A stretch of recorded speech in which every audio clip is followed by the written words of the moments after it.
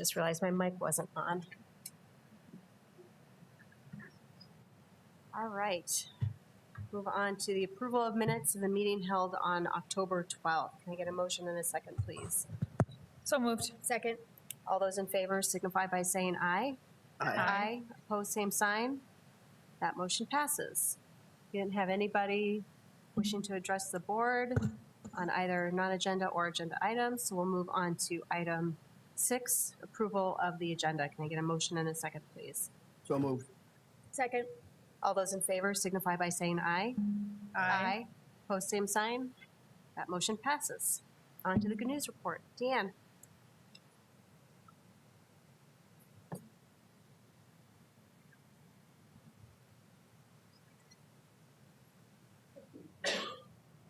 Good evening. We often hear about state championships in sports like football, basketball, soccer, volleyball. This weekend, we crowned champions in cross country and also in cheer and dance. And those accolades are, of course, well-deserved for those athletes. But we also have accomplishments of high school journalists. And in my tenure, have not brought them forth to share some of the hard work that they do in the classroom and is recognized statewide.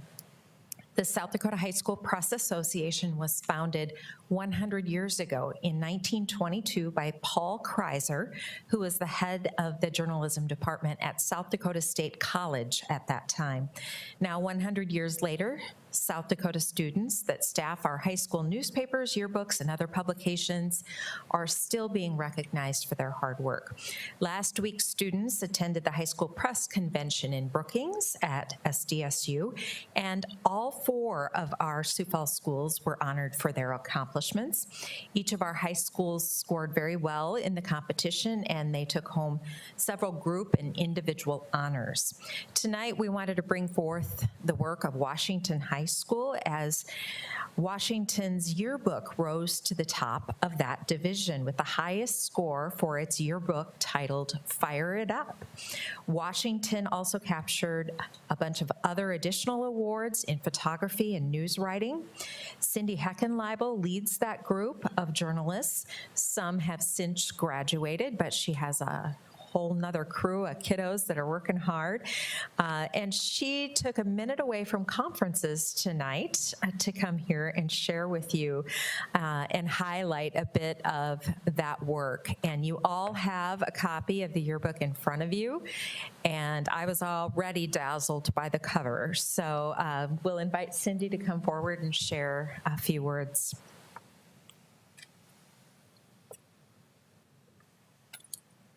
I'm very excited about this.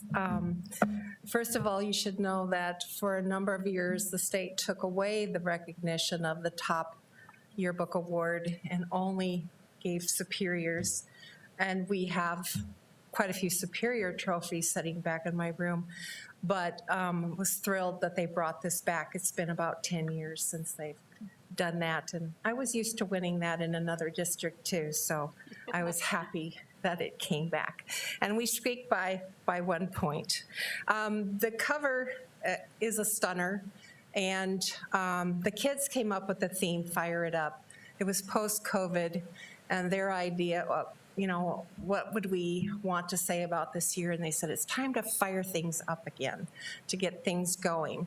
And from there, I took that idea and did the design, et cetera, that you see with the fire, various places. I designed the cover as well. And then our sales rep said he would pay for the foil. And I think that's what really makes that book pop. And so very excited about that. And as you can see, a big trophy plaque this year. And Macy Gasper's here. She has not seen this yet, but she took first place in her category as the top photographer or top photo in the school activity. And it's, I don't have the page numbers because you have the books, but it's Mr. WHS is her photo. There is an index that would have Mr. WHS in the back. I don't think it would say it up there. So Macy, come on up. I want to give you your. Thank you. You're welcome. Where's that?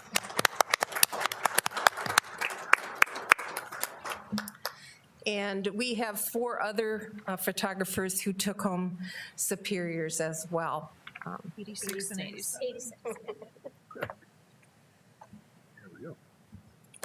If someone hands me a book and you share for a minute, I can give you the page numbers of the other. We found it, 86. There's 5. Oh, If you have time. Page 3.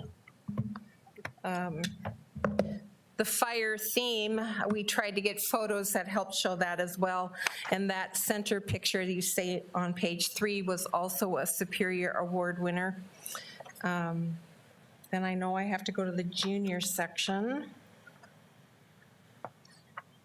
If I can find it.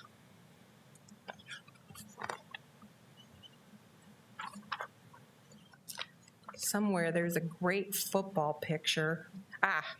Page 28. You can see that Sydney Sealer caught quite a great action shot there at the top. And we have on the football page, if I can find that. Page 137. The dominant photo on that page also took a Superior Photo Award.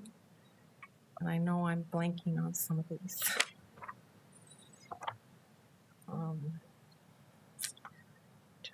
Oh, I know.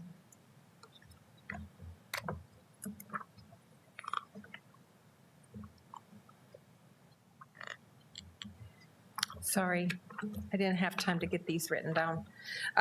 Also page 84, the one with her working at Starbucks. So I think that's them, all of them.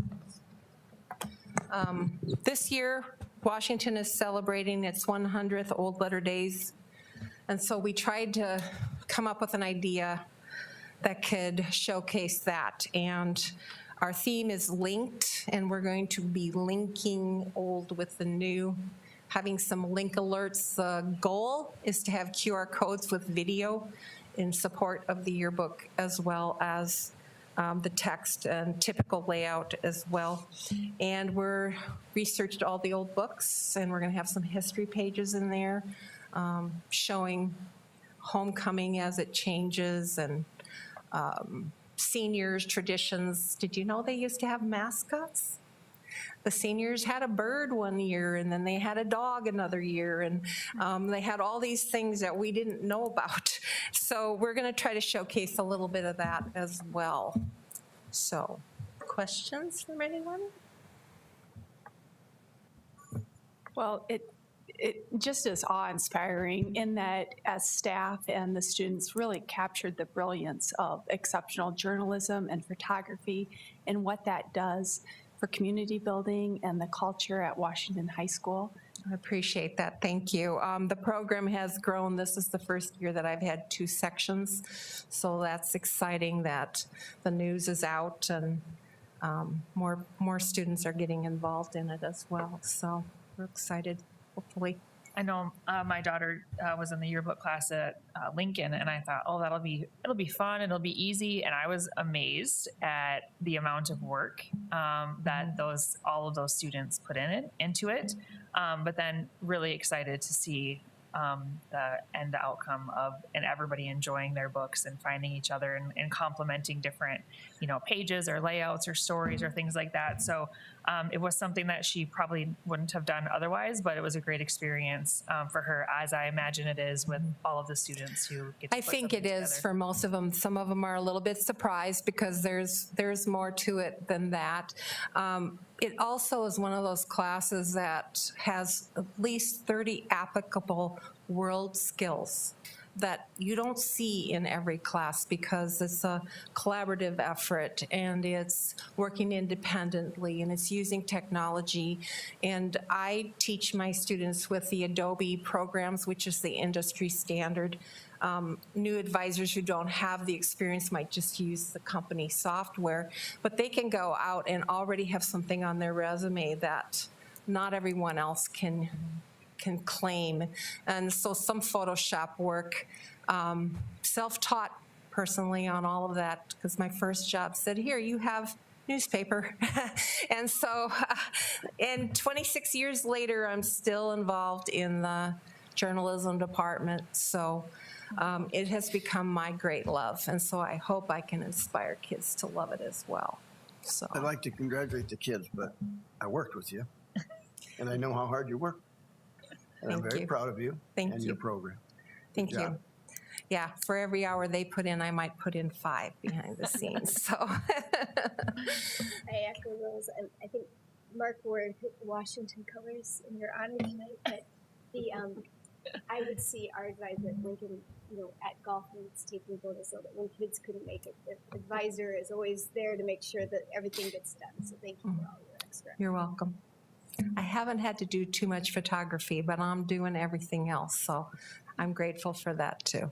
So Congratulations. thank you. Congratulations. Thank you. Well deserved.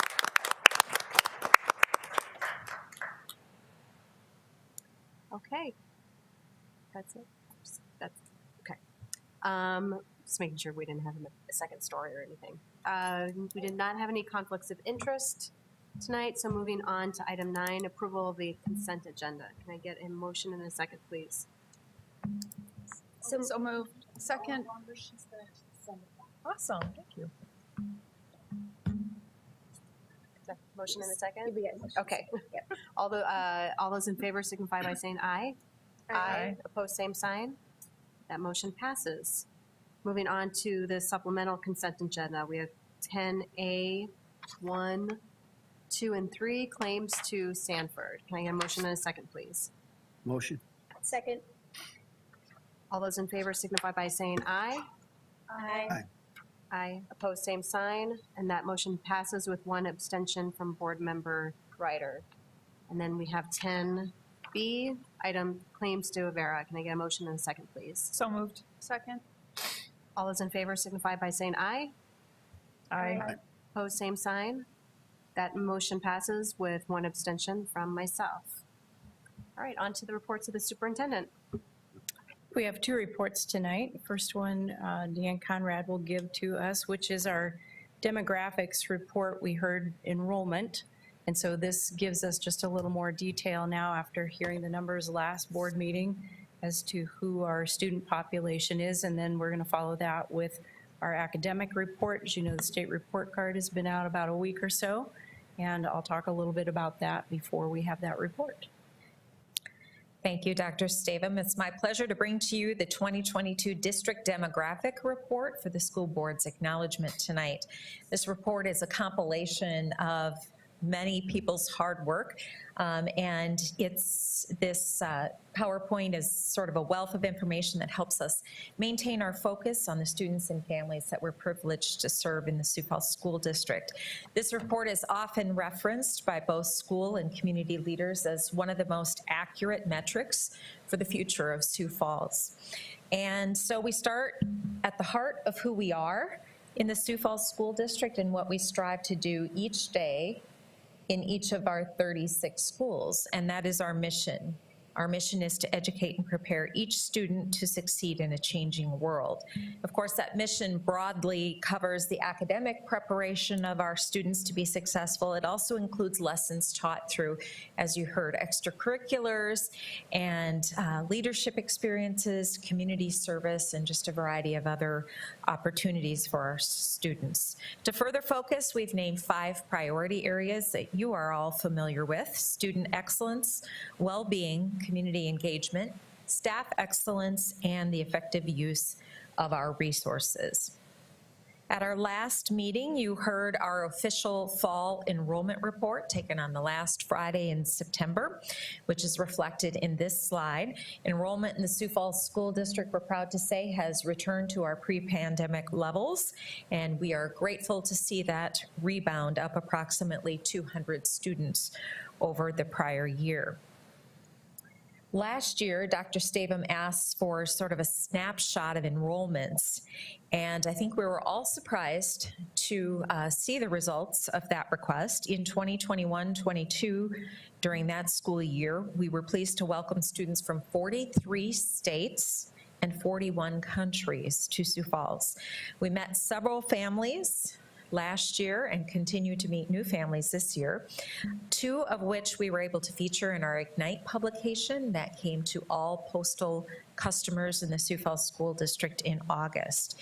They moved here for better opportunities for their family, and we are proud that they chose the Sioux Falls Public Schools for their children's education.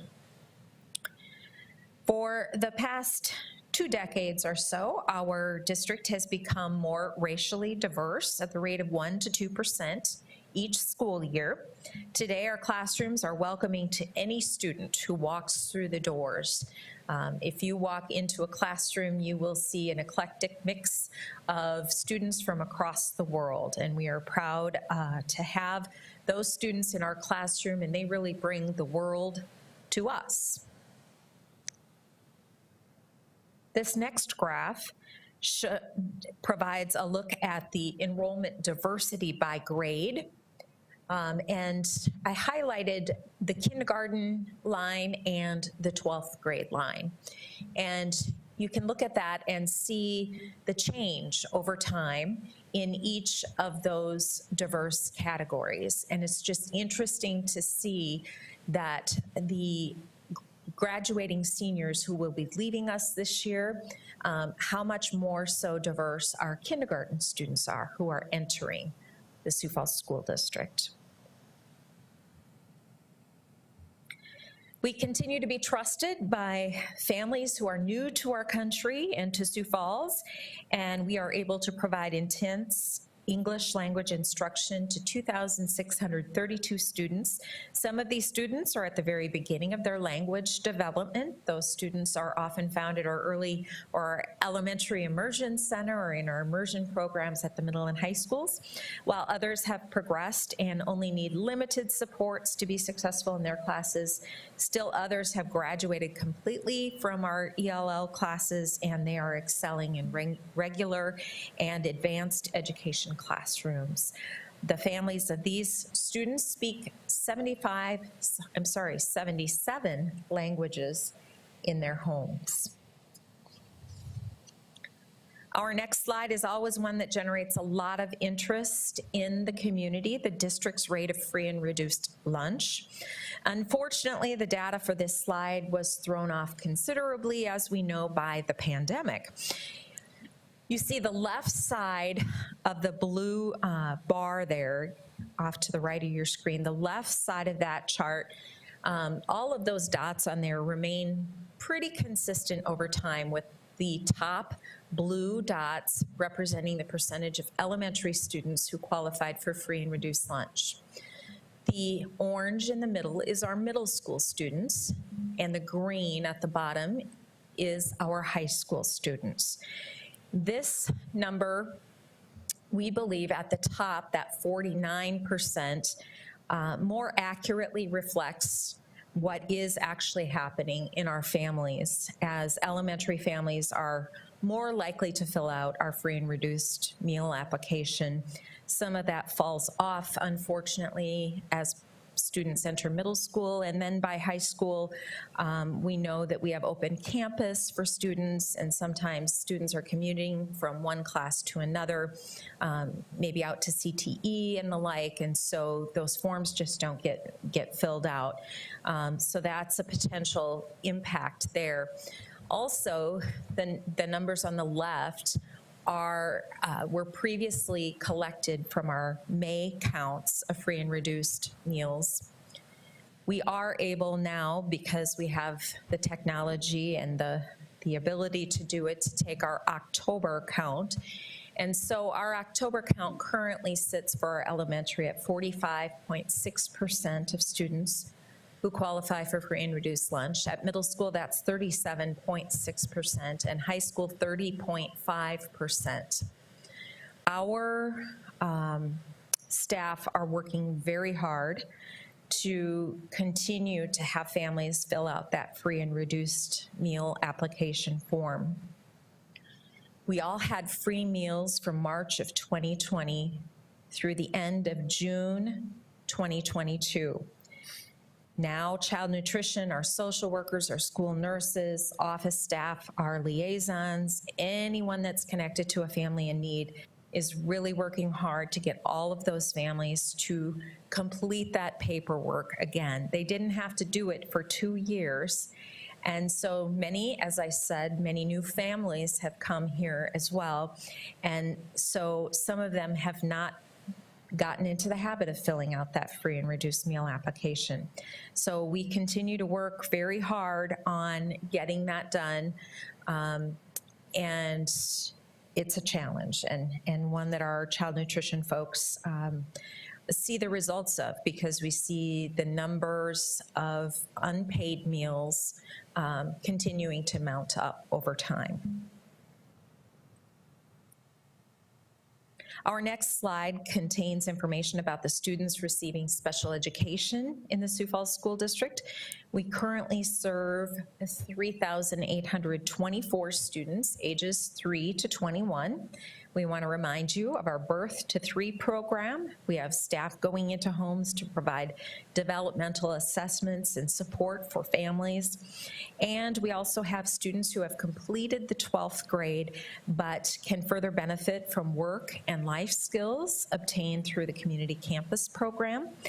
When you look specifically at our K-12 population, that number is 3,527 students, which is 14.7% of our total student enrollment. And for the past 10 years or so, we've continued to look at if that 3,527 students, if those students were considered a school district in and of themselves, where would they fall in terms of size? And they would fall as the 6th largest school district behind Sioux Falls, Rapid City, Harrisburg, Brandon, and Aberdeen. We continue to bobble around between the 5th, 6th, or 7th largest school district, but we remain quite consistent in our number of students served by special education. The district also serves 2,694 students with 504 plans, which allow for specific accommodations to support a student's success in the classroom. Dr. Boyson's report is going to share some of the academic success of our students, but this slide demonstrates the rigor and success of our programs. First, we celebrated 17 National Merit finalists in 2021, and currently we've been notified of 17 National Merit semifinalists for 2022. So we seem to be on track there. The finalists will be released in February 2023. So we look forward to that day, and of course we will celebrate those students in the spring of next year who are named as finalists.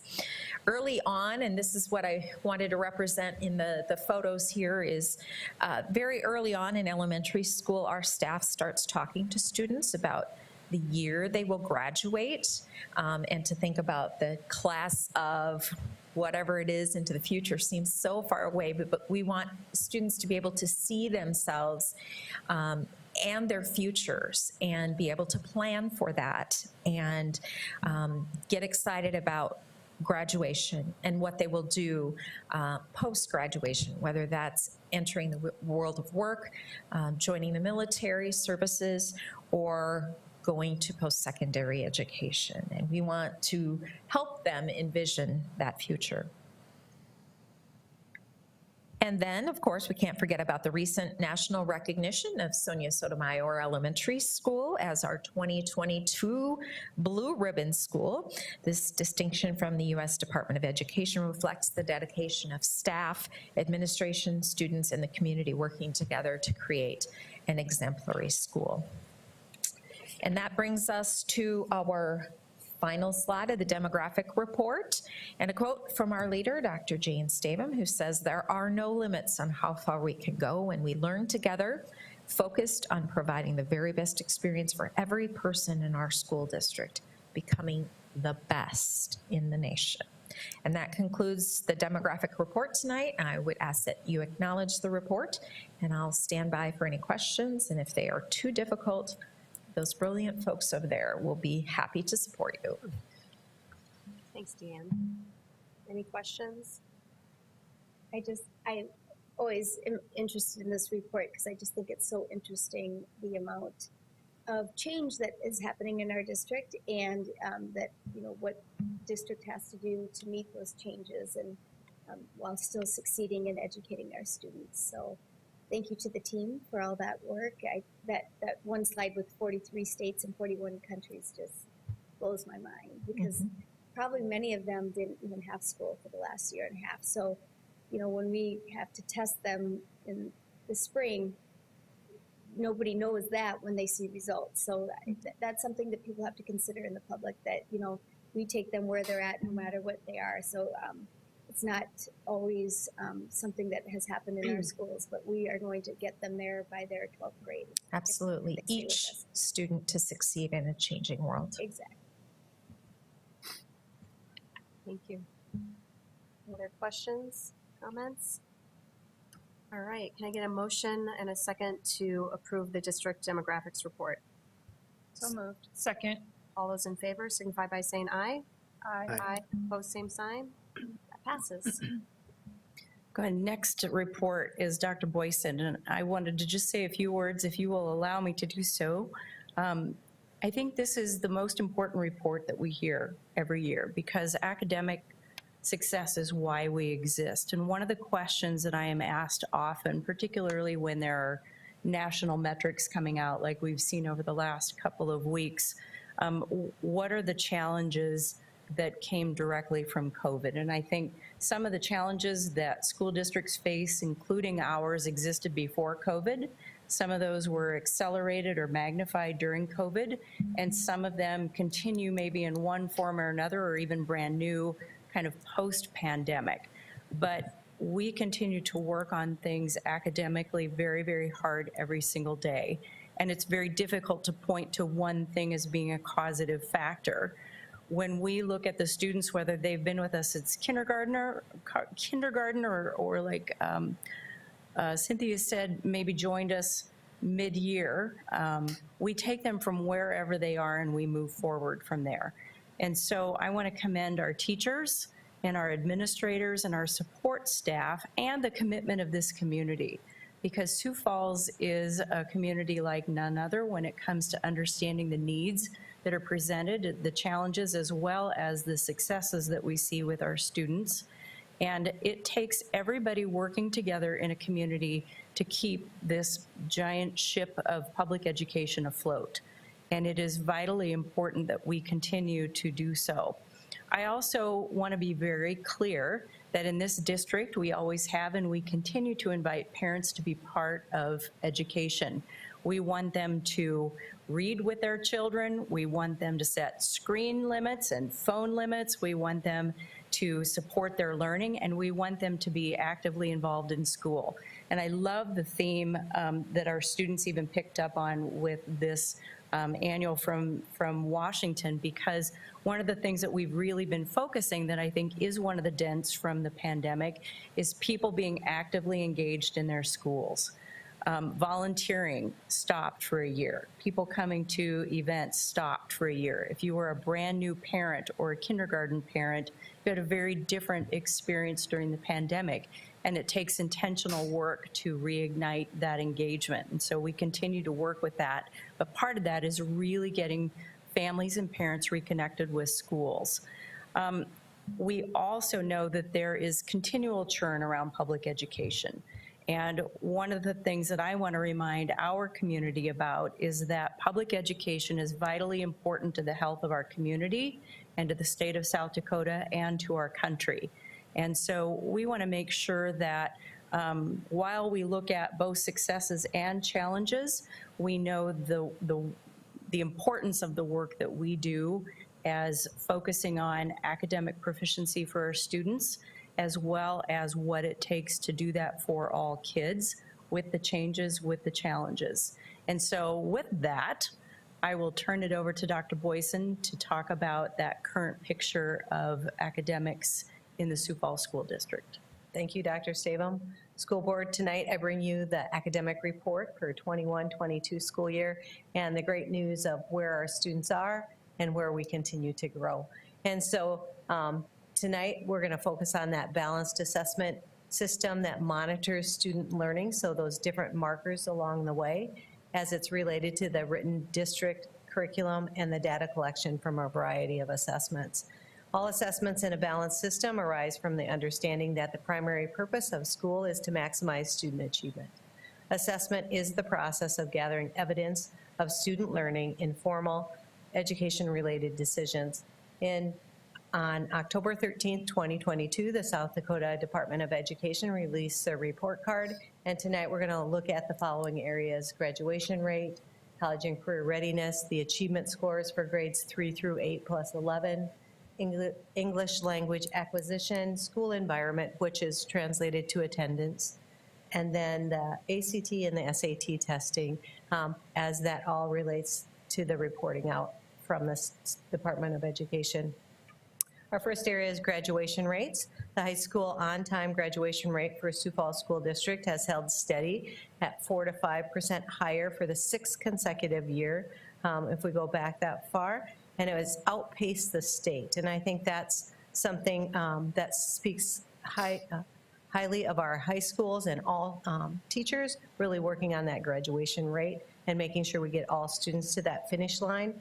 And the graduation for the 3rd consecutive year, we continue to grow, and we're getting back to that pre-pandemic rate.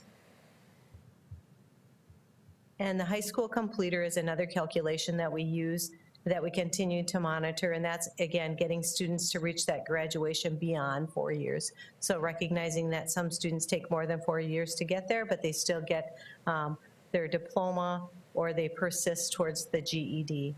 And so the completer rate is a percentage of students who persist towards that, and the 21-22 completer rate of 89.62 is 1% higher than the 2021.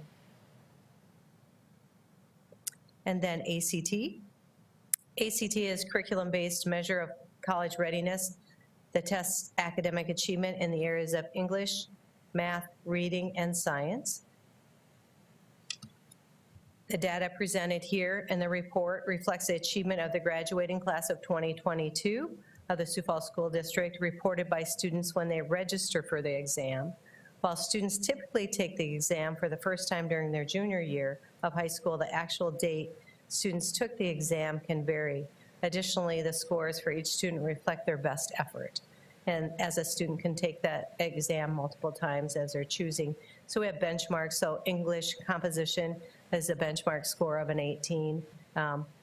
Algebra, social science, biology, STEM, all have different scores. So algebra, social science 22, biology 23, STEM 26, and ELA 20. So the Sioux Falls composite score 22.6, again, higher than the state and national average. So again, our students continue to outperform those across the state and the nation.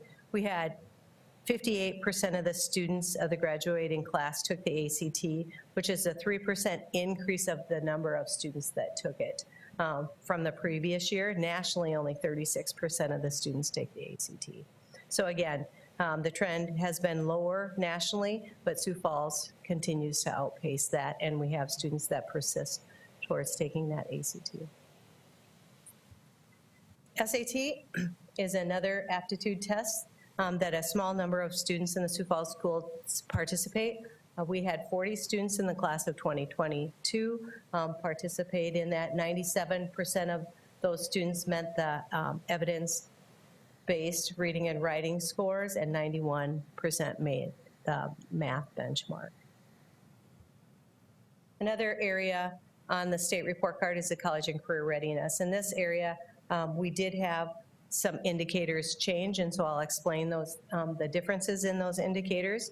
The college and career readiness for these cohorts, this is the graduating class of 2021. So it's, there's a year lag in that. The college and career readiness combines, I'm going to skip ahead one slide for you. On the left side of your screen is the old requirements, and on the right side are the new requirements. And so you can see that the assessment readiness measures academic performance from the ELA and math, ACT, and the NCRC testing that we do at the high school level.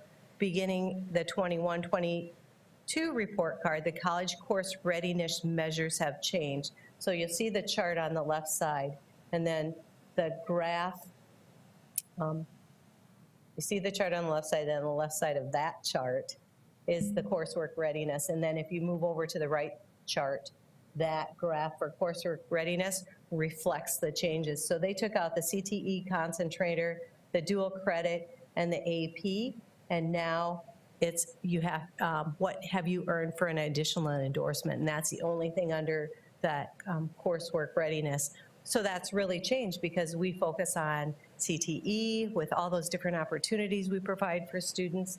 We look at dual credit and the increased number of dual credit courses, and then our high AP involvement in the Sioux Falls School District. So that impacted our scores in Sioux Falls, but also across the state.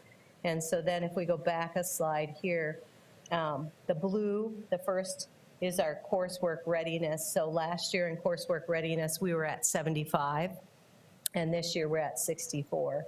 And so there is a difference there, and that indicator, the changes, is why we saw that difference. So again, our students, though, continue to seek out the courses in AP, dual credit, CTE, and then they earn those advanced endorsements through the coursework that they take. And then we'll move on to the achievement scores. And so the South Dakota Achievement Assessments for ELA and math were administered to students in grades 3 through 8 and 11 during the spring of 2022. The Sioux Falls District scores in reading remained the same, so at 49% of our students. And again, we remained steady there while we saw the state decrease in their ELA scores. In math, we had an increase in our scores from 39 to 41, while we saw the state remain flat on their scores. So, and as we break those down individually, we see that growth happening, and I'll share that information. We have a board work session on that in February, so we can look at assessment readiness and all the different indicators that go in there. So again, we are making great progress, and we're moving forward, and you can see that when we start to break it down by grade level. And the science scores, the science assessment scores individually are coming out, and the state will release those in January. And if we look at, do I have growth on there? Okay. The next one is the English language acquisition. So students who are working towards that second language acquisition, Sarah Clausen presented this information to you in July. But again, it shows that we're measuring that proficiency based on their initial score. Students are placed on that curve, and they're expected to make that proficiency within 5 years. During the 21-22 school year, 40% of the students who took the access assessment either exited or were determined to be on track, and this is up slightly over last year. So you can see we had 29 on track who exited on 29% on time and exited early. We had 11% for a total of 40% of our students, our EL students, so up 1%. And our last area we're going to look at is the school environment, which is attendance. And so nearly 86% of the K through 8 students attended school more than 90% of their enrolled days. And this continues to be a decrease at in Sioux Falls and across the state.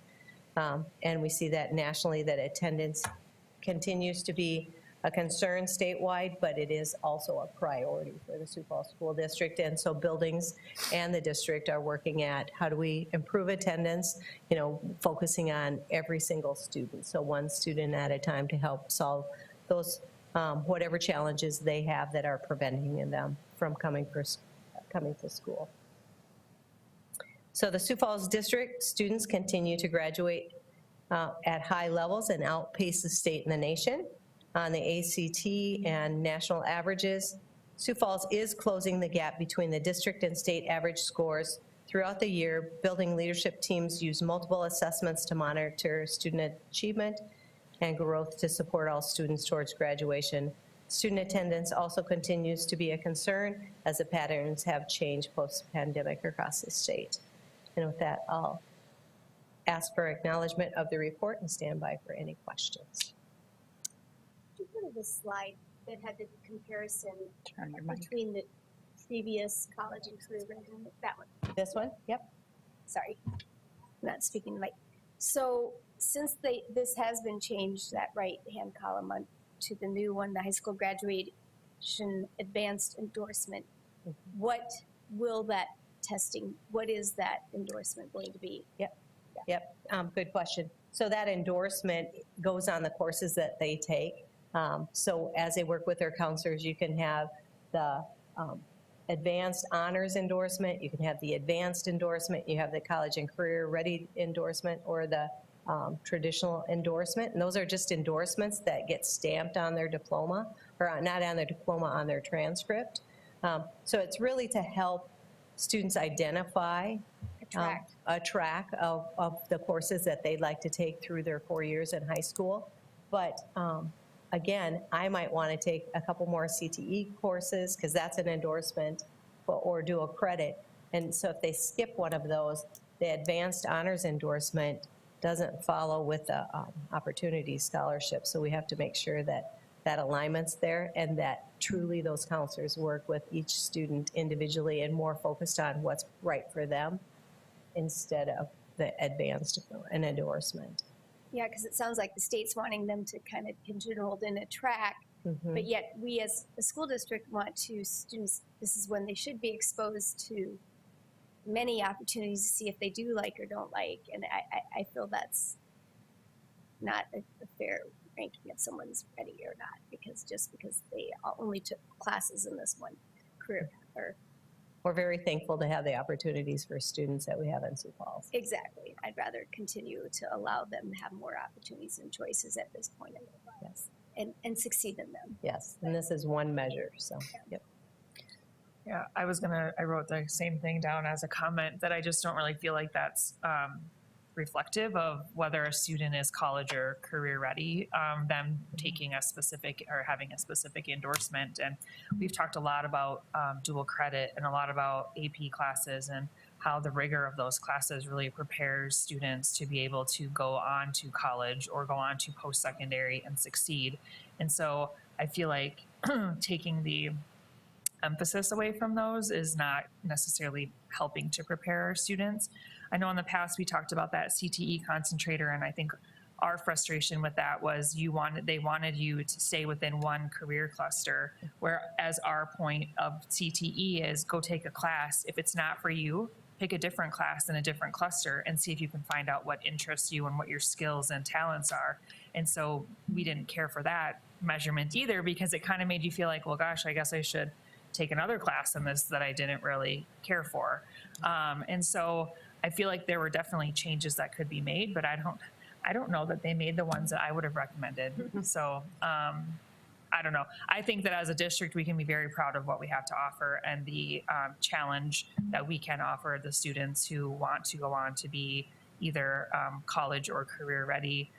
Again, it doesn't always have to be that college. It can be those CTE classes that give you real life work experience. It can give you those college or the dual credit classes that can help you for tech schools or whatever it might be. So I kind of see that as an unfortunate change, honestly.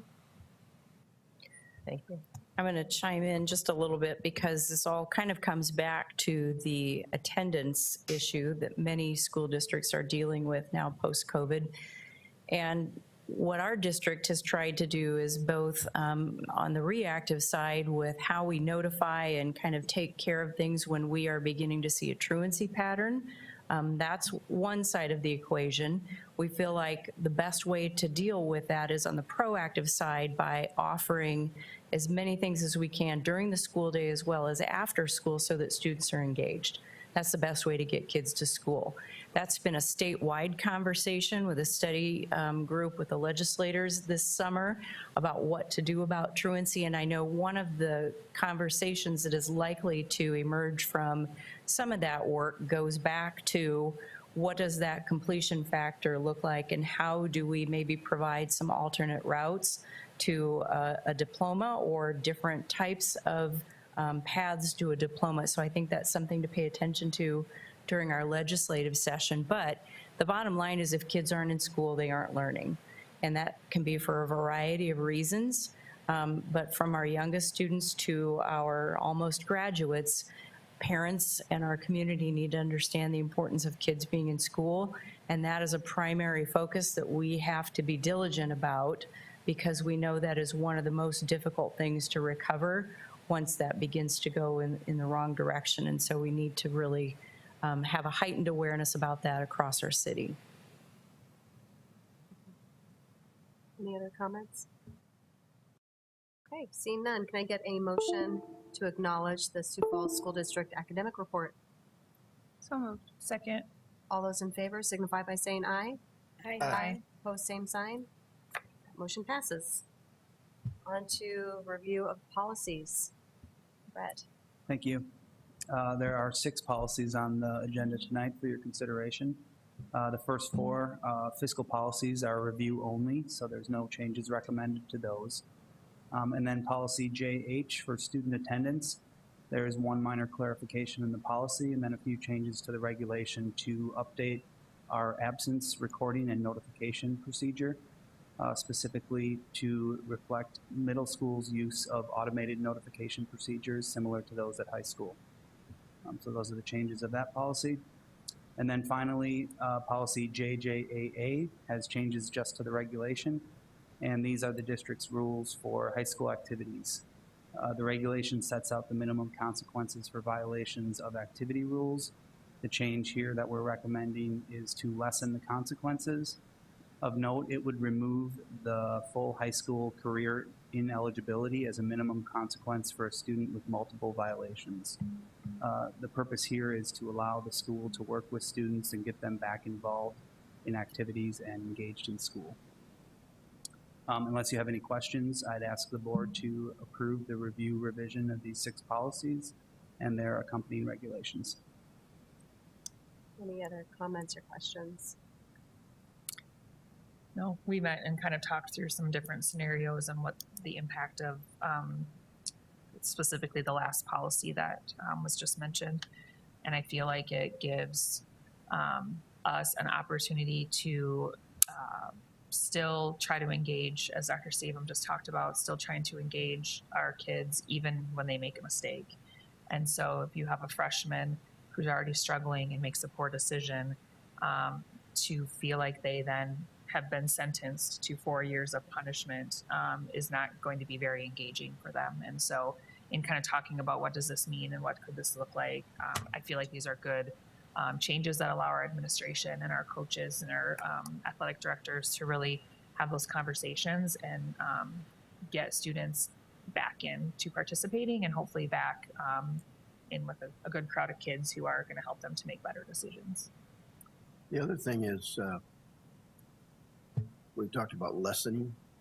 It's still pretty severe stuff, depending on the classification of what the violation was. So it's not like we just said, no, we're not going to follow rules. The rules have been changed a little bit, but they're still very, very severe.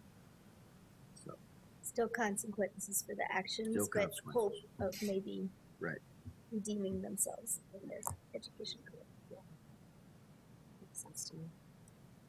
All right, seeing no other discussion, can I get a motion and a second to approve the review revision of the 6 policies mentioned? So moved. Second. All those in favor signify by saying aye. Aye. Opposed, same sign. That passes. Anything else for the good of the order tonight? Can I get a motion and a second to adjourn, please? So moved. Second. All those in favor signify by saying aye. Aye. Opposed, same sign. We are adjourned. Thank you, everybody.